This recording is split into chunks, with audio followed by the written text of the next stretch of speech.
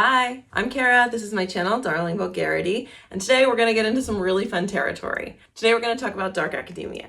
Dark academia is sort of like preppy meets goth. All of the preppy elements are still there. There's still very much an old money feel, and you'll see a lot of the same brands as preppy: Ralph Lauren, Burberry, Brooks Brothers. But dark academia takes preppy and makes it darker, hence the name. The feel of this aesthetic is leather-bound books and the smell of a library, Gothic architecture. As far as textures, you'll see a lot of tweed and worn leather. The look itself romanticizes higher education, and it gained a lot of popularity during COVID when people who would have otherwise have been going to school or to college weren't able to go. But the popularity of dark academia hasn't really waned in the way that something like cottagecore has. And I love this aesthetic, and I'm definitely older than college age now, so I wanted to sort of explore what the draw was. Why did I feel so drawn to it? Why did I think it was such a beautiful look? I think the reason that dark academia has stuck around, whereas something like cottagecore hasn't, is because you sort of get to cosplay wealth, freedom, and intellect. I guess for some lucky people, this is not a cosplay. And for most of the people interested in dark academia in the first place, intellect is not the cosplay either. The cosplay is freedom and being wealthy enough to have the freedom to spend your day however you want to. And in this case, it would be spending your day in a dusty old library reading literature, which sounds like a wonderful day to me. So after I graduated college, I backpacked around Europe with my boyfriend at the time. One day we were in Vienna and we went to a cafe, Cafe Sperl. It's still there, you can still go. It's gorgeous. And I remember it was one of the only times in my life I've ever felt what it must feel like to be rich. Rich like wealthy in a carefree sort of way that really wealthy people must feel all the time, and they just take it for granted. I only paid for an espresso and maybe a pastry, but me and my travel partner sat in that cafe for hours, just reading books and newspapers. They had all these international newspapers that you could pick up and read, maybe commenting on something here or there, but not really talking much, just lounging and reading and watching people come and go. That feeling you get, especially in the US, where, the proprietor is trying to kind of rush you in and out to get more business, did not exist. We were not the only people sitting in this cafe all day, just kind of lounging and reading and doing nothing. And I imagine that's how it must feel to be really wealthy, especially a wealthy young adult. To not feel rushed, to not feel pressure, to feel like you have the complete freedom to spend a day exactly how you want to spend it, and the complete freedom to study whatever you want to study when you go to university without worrying about what kind of salary that might net you after you graduate.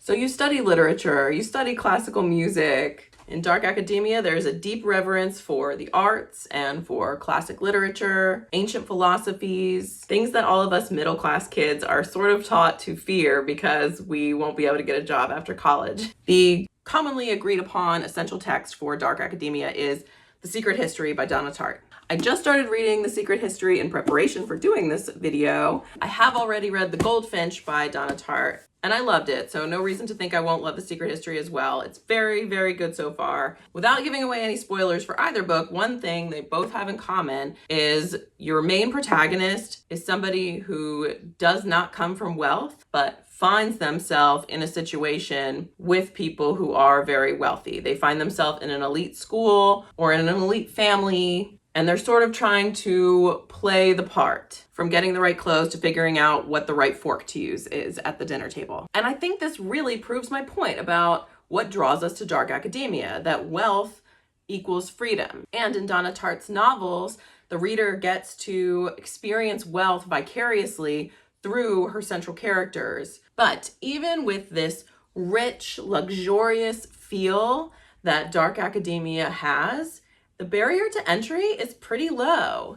It's some thrifted clothes and some library books. And most importantly, it looks good on everybody. It's such an inclusive look. It does lean heavy on the masculine elements when it comes to the clothing, but we're gonna add some feminine touches to that, and it's gonna be a nice balance. I'm gonna put together some dark academia clothing for you today. Let's go. This first outfit is a plaid midi skirt.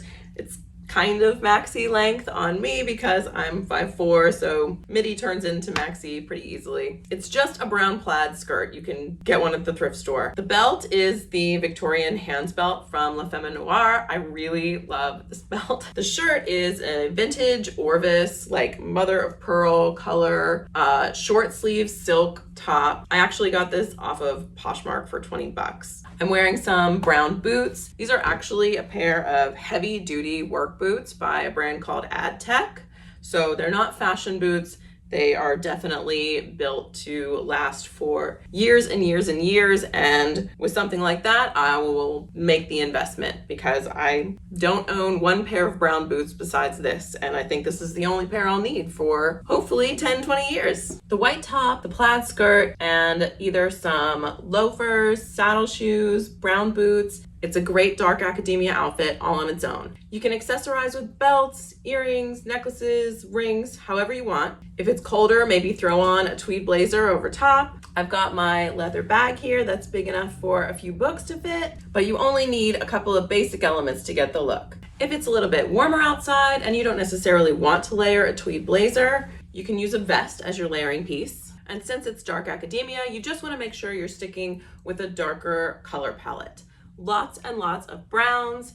Black is also great, olive's great, navy to a lesser extent. The white shirt is fine, but I wouldn't go with a white shirt and a white skirt or a white shirt and a white vest. For the next outfit, we're replacing the brown plaid skirt with a pair of brown tweed pants. These are Lauren by Ralph Lauren. I got them on Poshmark, again, for like $15. And I've replaced the white silk, softer, more feminine shirt with something a little more classic. This is just a normal men's white button-down collared top. I got it from the thrift store. Much like preppy, the look is not crisp. The look is not, I spent all morning ironing my shirt. The look is, I don't iron my shirts, somebody does that for me. You want to look relaxed. You want to look like you didn't try. So you can see I have the sleeves for the collared shirt rolled up. I still have the same boots on and the pant legs on these are rolled up a little bit. But the look is I want to be able to move around easily. I don't care what you think about the way I look. I know that I look good and this looks expensive. Next, we're gonna add a tie. Silk ties are a dime a dozen at the thrift store. And I am newly in love with wearing ties and figuring out fun ways to add them to my outfits. Next, we're gonna add a sweater vest. Never in my life did I think I would be excited about a sweater vest. This is an old Brooks Brothers sweater vest. It's navy. Again, I got it on Poshmark for 20 bucks maybe. Similar to preppy, dark academia is a lot of girls just taking from the boys' rack. It's a lot of menswear, but for any outfit, you can make it more feminine by replacing the pants with a plaid or pleated skirt. Outfit number 3, again, we're gonna start out with some brown pants and a white top. You can continue to use the same brown bottoms and white top for all of these outfits, any of these outfits. I'm just switching it up a little for variety. This top is a little more feminine. I'm gonna layer a sweater over top, but you're still gonna be able to see the Peter Pan collar and how it has this lace detailing lining the collar, which I like because it just adds a little bit of a feminine touch. So for this one, we're gonna take this Fair Isle sweater and layer it over top. This sweater is another Lauren by Ralph Lauren piece. It's super comfy. I got it from Rent the Runway, which is like Nuuly. It's a clothing rental service. I have a link down below if you want to give them a shot. But once in a while, they put the clothing that has been rented a lot already, and I guess they're phasing it out. They put it on sale. So I got this in one of those sales. It's a very, very, very used sweater. But when it's good quality like this, I just don't believe you need to buy it brand new. This will probably last me for many, many years. It's comfortable, it's cute, I love it, and it goes really, really well, I think, for this look. Something about all these looks so far that I also love is that I can layer the same tweed blazer, the same brown leather bag, and the same brown boots with every one of these outfits.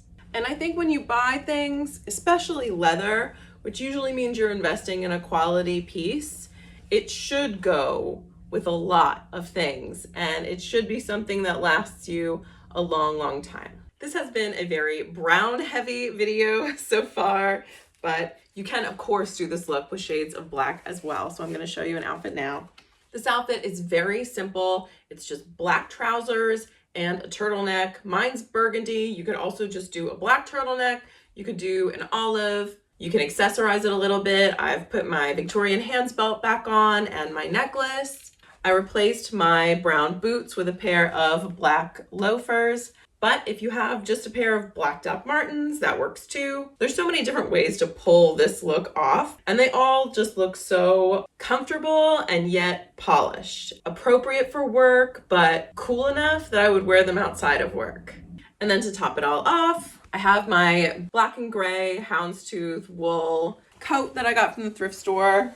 I embellished the one side of the collar with brooches, which is just a really easy and inexpensive way to level up any blazer or overcoat. And I especially think it looks good on an overcoat like this that is an actual piece of menswear. And so it's very masculinely structured. The shoulders are very strong. The waist and hips are very straight. So I like adding some feminine elements to it. If you watch any number of my videos, you'll probably start to see the same pieces of clothing popping up over and over again. I wear these black trousers a lot. That brown tweed blazer comes up a lot. My big wool coat. And I do a lot of different aesthetics and a lot of different looks in my videos. So I think that's proof that you don't need to go out and buy a whole new wardrobe every time you want to test out a new look. It's more about getting mileage out of the things you already own and figuring out ways to create that new look out of what's already in your closet. And maybe you go to the thrift store and buy like a silk tie or a cardigan. And even if you go and spend money on something, just make sure it's a piece that will go with a lot of your stuff. Make sure it's an investment piece that's gonna last you a long time. That's not just a trend that you're gonna get sick of. For this outfit, I'm doing another turtleneck. This one is a sweater that's kind of a rust color. I've got a hunter green blazer layered over top and some navy blue and green plaid pants to round it all off. Wearing the same brown boots, using the same brown book bag, but showing how you can add a little more color to the outfit if you don't want to just stick with the blacks and the browns. It's still a muted look. It's still definitely dark academia.